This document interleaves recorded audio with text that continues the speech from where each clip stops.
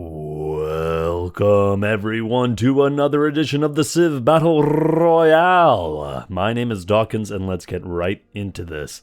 Hello everyone, I am user Andy0132, Power Ranker Extraordinaire for both the CBR Mark II and CBR Mark 2.1, as well as a fervent participant of its various derivatives. This week, Blue Cassette has given me the honor of narrating part 102. Although I've heard vague promises that it'll be a blast, I've got no idea what's going on so far. Before we dive in though, we see user Just a Basic Human's carefully constructed shitpost, where we realize that Kruger, and likely much of the cylinder, thinks of Brazilian troops.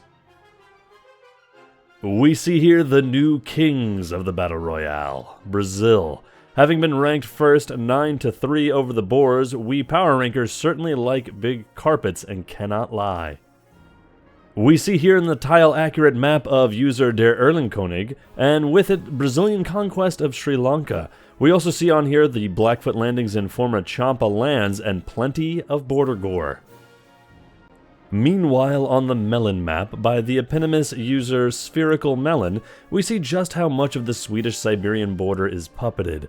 Boer institution of direct rule in most of former Persia and Afghanistan, as well as the border gore caused by the Blackfoot landings. Let's hope they can continue to make that blue, boys! Finally, we also have the Never Flipped map by user The Honesty Fish, that great guy, where we find out just how much of the cores of our great powers remain untouched through over 100 parts of death, devastation, and destruction. Conspicuously absent is the Australian capital of Sydney, which was nuked, then flipped, and then held for a turn by the Maori. Long ago. Oh, and before we begin, we have a message from our shitposter-in-chief Glycolysis. Quote, David Bowie meme school, 10 minutes. End quote. No idea what that means, but I'm just reading what I'm told to read.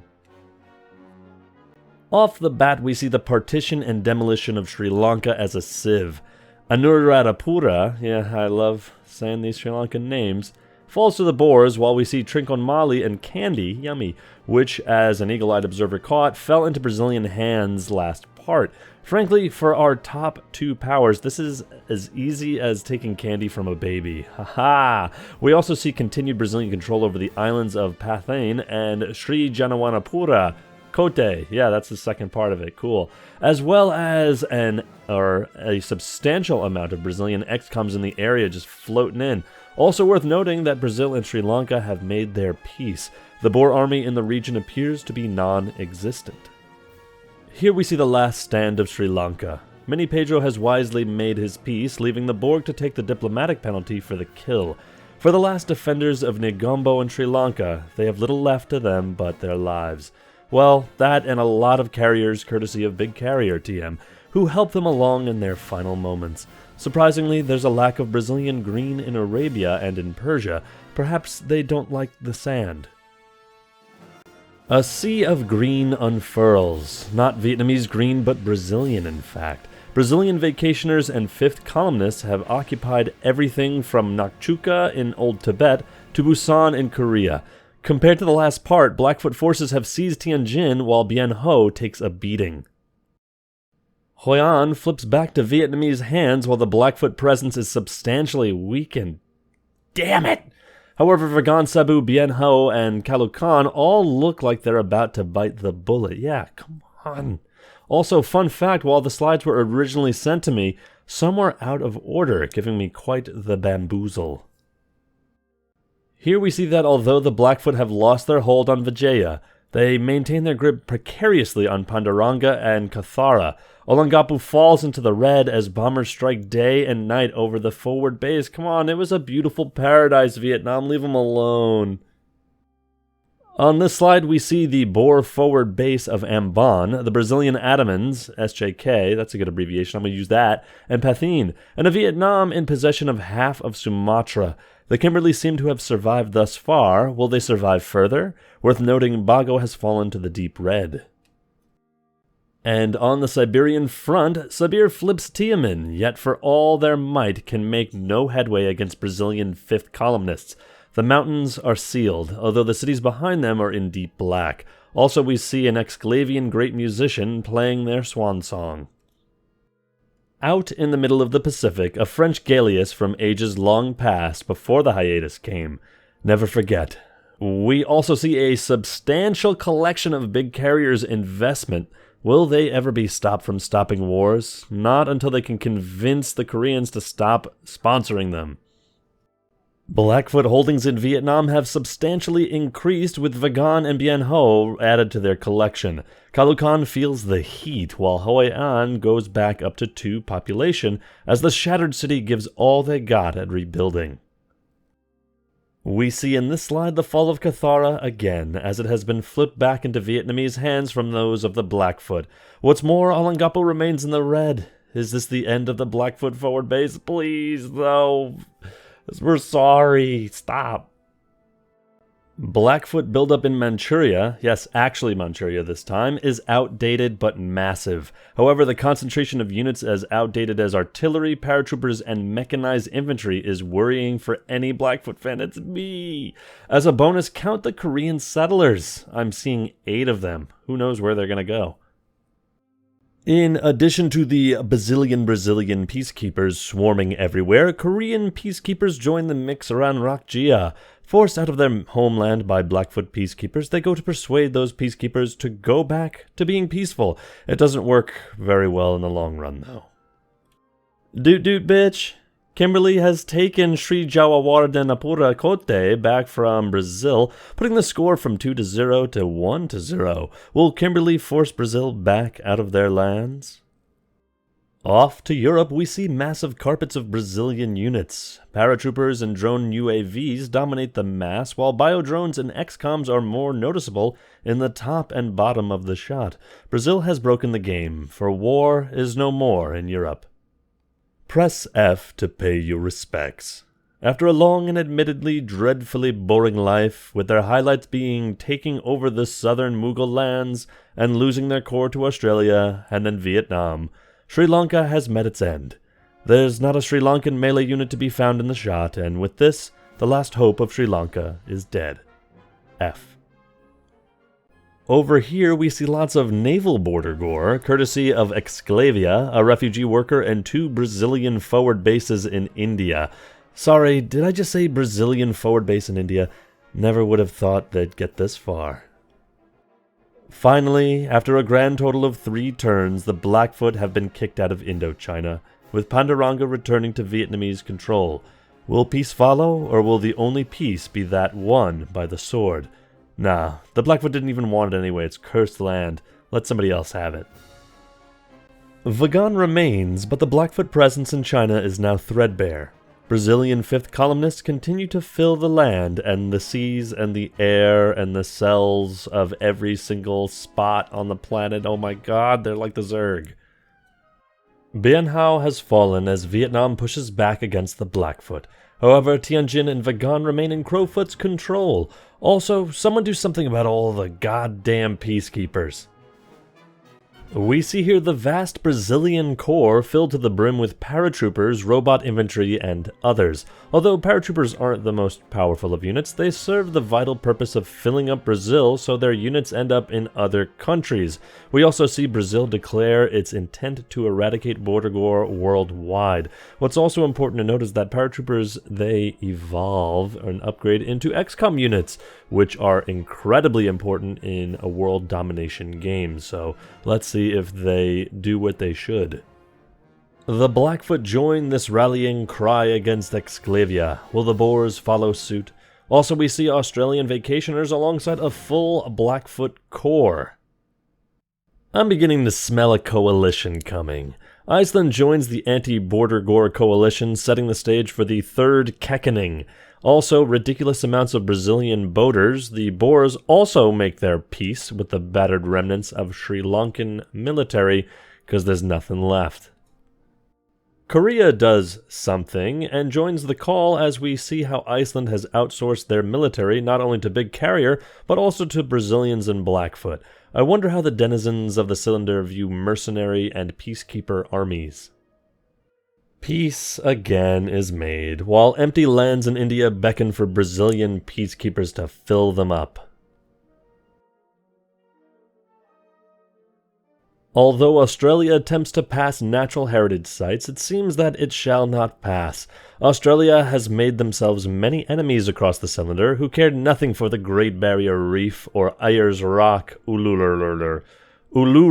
That's what it's called. At last, we see Boer Territory in Africa not carpeted by Brazilians. Naturally, it's carpeted by workers. Great. This is sure to shake the faith of the power rankers in the Boers even further. Notably, arts funding was passed, which is weird, despite efforts by Iceland and the Corps of Sri Lanka and the free, independent, and strictly neutral city of Hawaii. Arts funding goes ahead.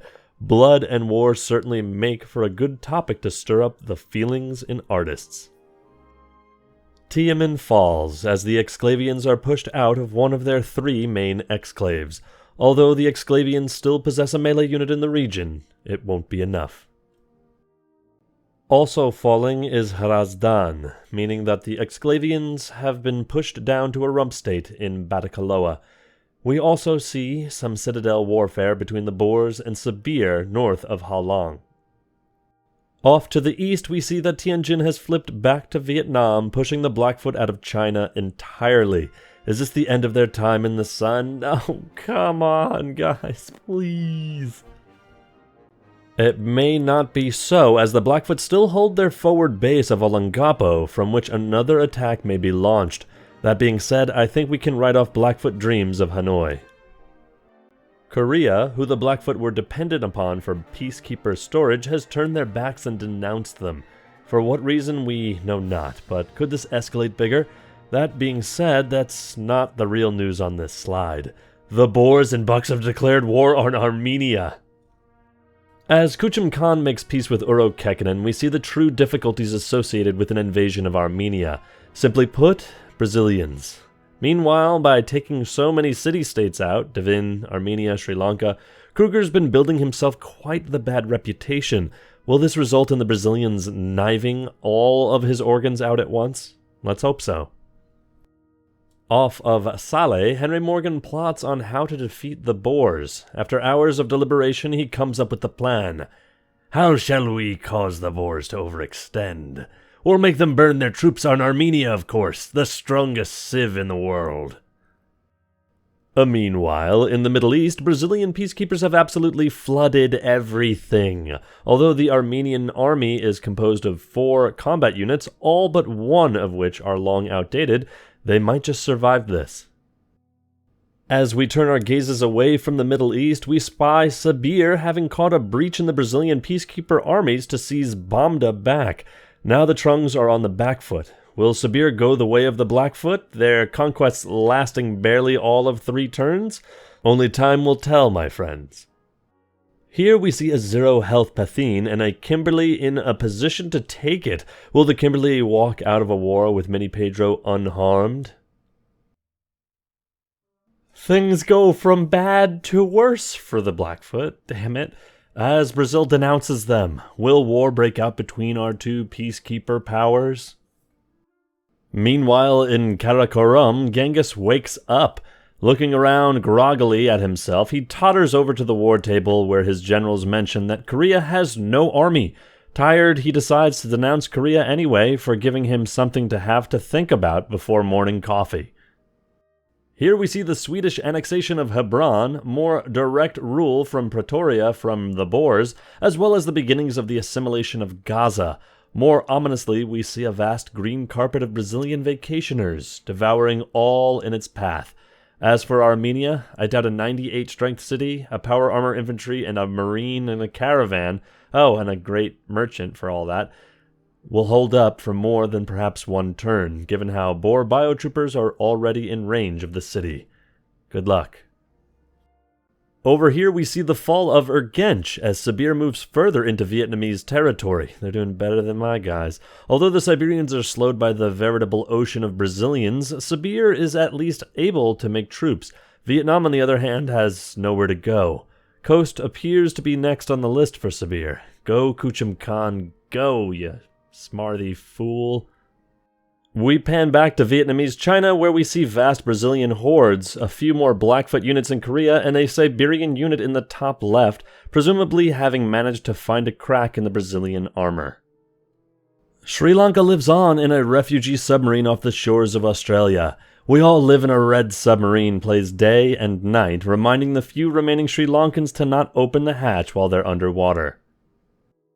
Up north, we see the Brazilian control over the Andaman solidify as peace is made with Jandamarra.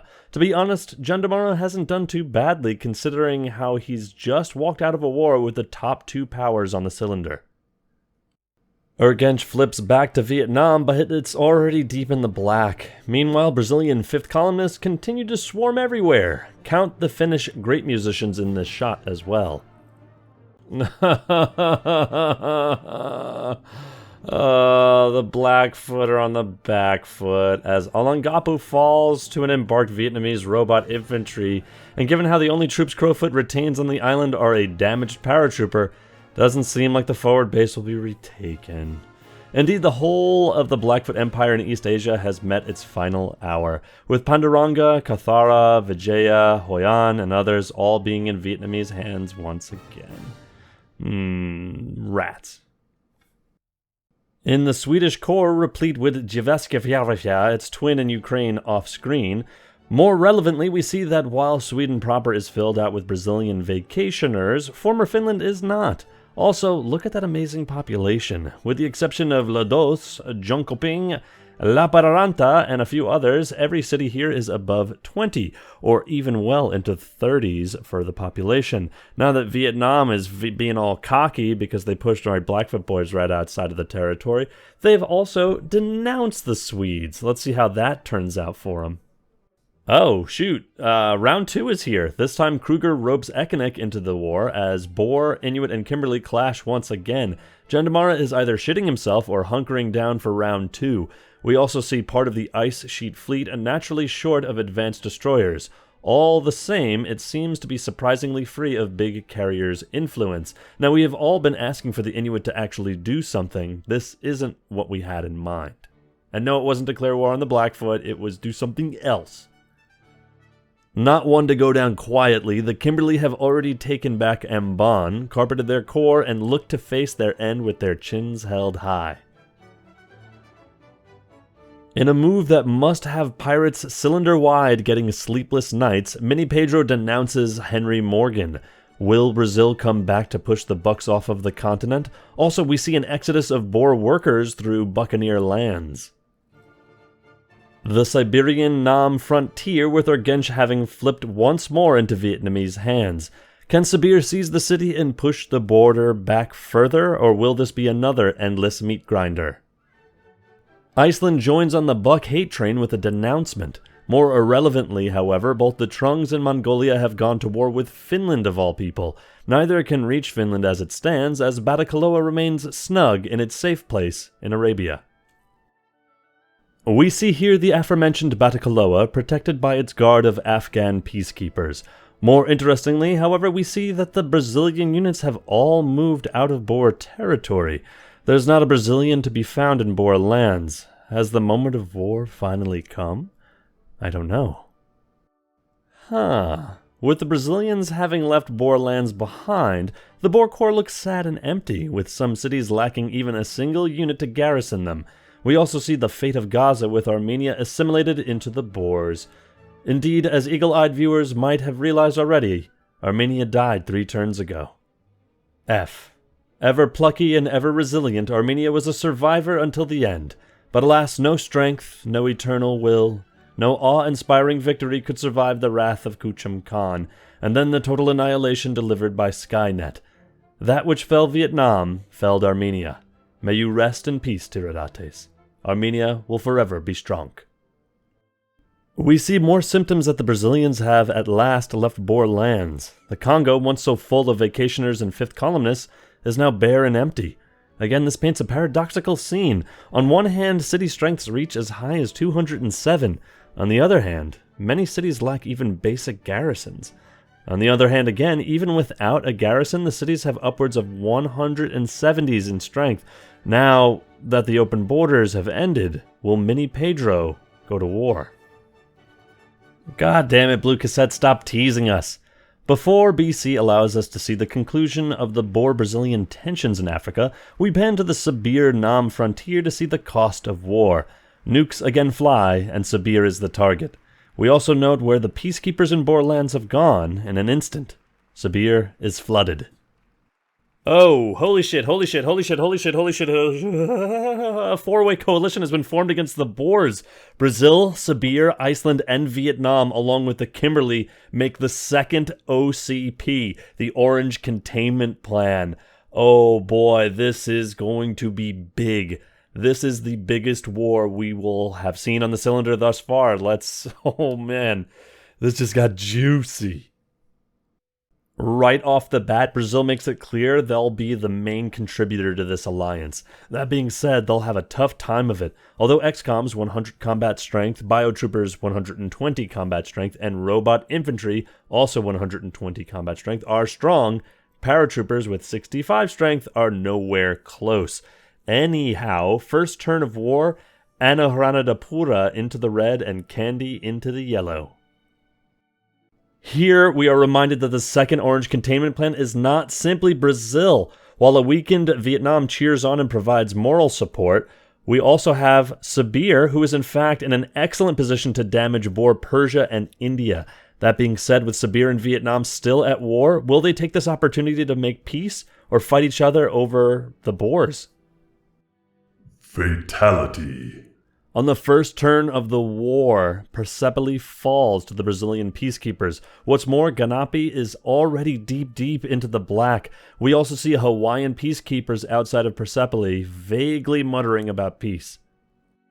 Off to Anatolia, where we are reminded Iceland is also involved in the second OCP. We see Jerusalem in the deep black and a colossal tide of Brazilian units pouring down on Anatolia. Oh my gosh. In Arabia, we see the recently assimilated Gaza, Brazilian XCOMs, and an otherwise empty Boer core. The Boers are anything but ready for the storm that will doubtless follow. Carthago Nova has fallen into the yellow, but has Carthage been put at risk? Will Iceland go to war only to be the next Buccaneers, putting up a splendid effort in their OCP only to be kicked out of Africa? I hope the Boers get squashed. Now we're off to Boer North Africa, as empty as the rest of the Boer lands. Although Ciudad del Carmen is in the yellow, there's really not much in the way of enemies. Also, we see the Boer worker carpet just carpeting away. Off to Portugal, we see that it's completely filled with Brazilian XCOMs. I don't see this remaining Boer for another 2 turns, although Funchal has taken damage. Perhaps Pedro is going to rescue his aunt, Maria, and let her loose. It's his aunt, right?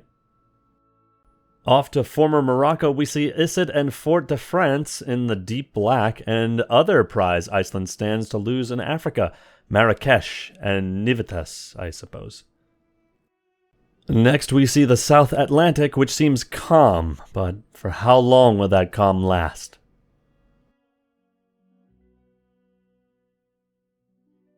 For our parting shot, we see the Hawaiian Islands, peaceful and pretty damn huge. Will Australia join in on the OCP? If so, on whose side? With this, I bid you all adieu. Oh, and Dawkinzz, don't you do it. Javascula, and sorry in advance for impossibly irritating city names. User Andy0132 signing out. And this has been Dawkinzz. I suppose there are no info addict slides this week, which I assume will be in the behind-the-scenes director's cut on Friday, I believe it is released. But this has been part 102 of the audio narrations. My name is Dawkinzz. Again, I'm going to be a shill and say, if you did enjoy this stuff, please like and subscribe. I really appreciate it, and it goes a long way. And until then, we'll see you next time.